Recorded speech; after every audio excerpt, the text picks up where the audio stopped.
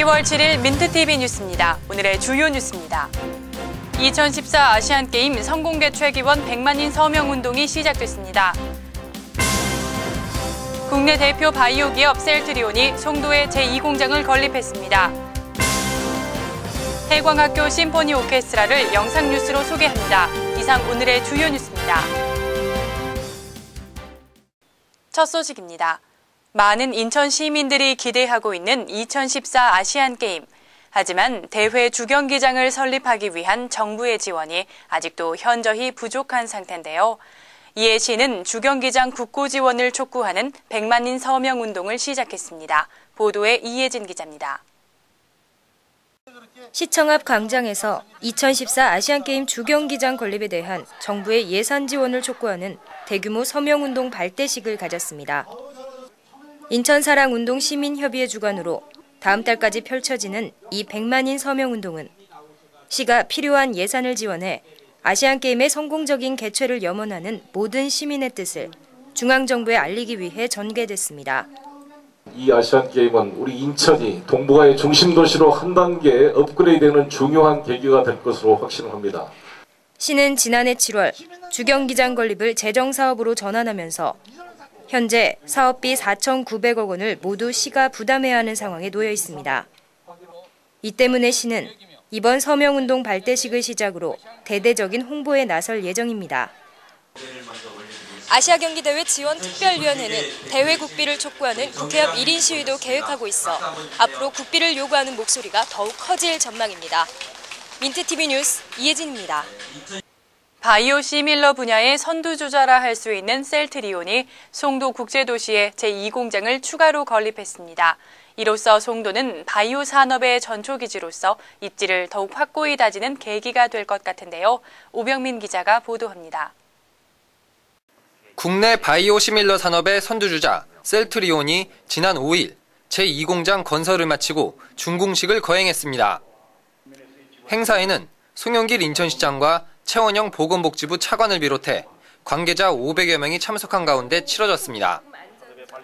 한편 행사에 참여한 최원영 보건복지부 차관은 셀트리온 제2공장이 가동되면서 우리나라가 바이오 강국으로 우뚝 설 수 있는 계기가 마련됐다며 소감을 밝혔습니다.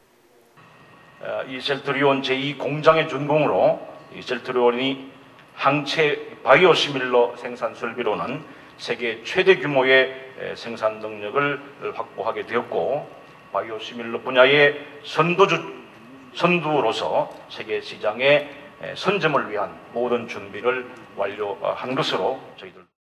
셀트리온은 지난 2005년 송도 국제도시에 자리 잡았습니다. 그 후 생물의 세포나 조직 등을 이용해 의약품을 제조하는 바이오 시밀러 산업의 선두주자로 발돋움하면서 우리나라 바이오 산업을 세계 수준으로 도약시켰습니다. 시는 이번 셀트리온 제2공장 증설로 인해 인천이 명실상부 한국의 바이오 산업 중심지로 발전해 나가고 있다며 송도가 위료 산업의 메카로 자리 잡을 수 있도록 지원을 아끼지 않을 계획이라고 밝혔습니다. 민트TV 뉴스 오병민입니다.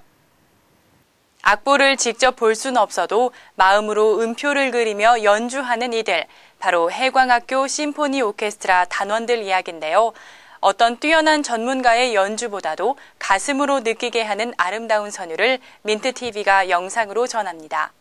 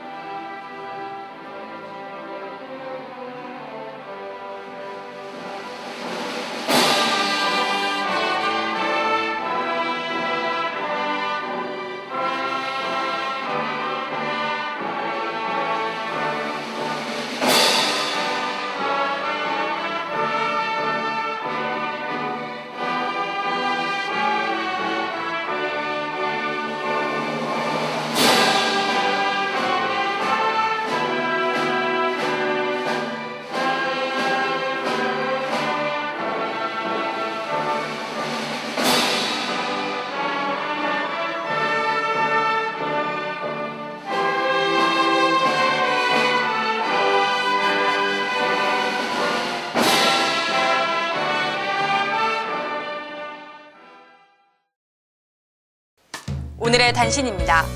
인천시가 오는 10일 제주도를 제외한 전국 지자체 중 처음으로 고위직 공무원 후보자에 대한 인사청문회를 실시합니다.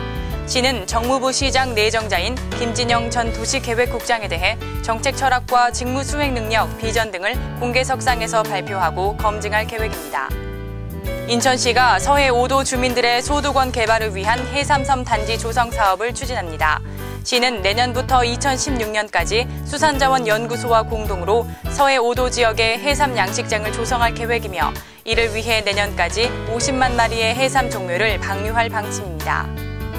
인천환경공단이 2011 환경사랑 그림 그리기 대회를 개최합니다.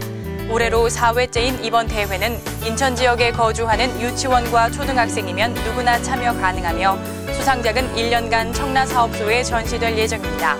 참가 신청은 환경공단 홈페이지를 통해 할 수 있습니다.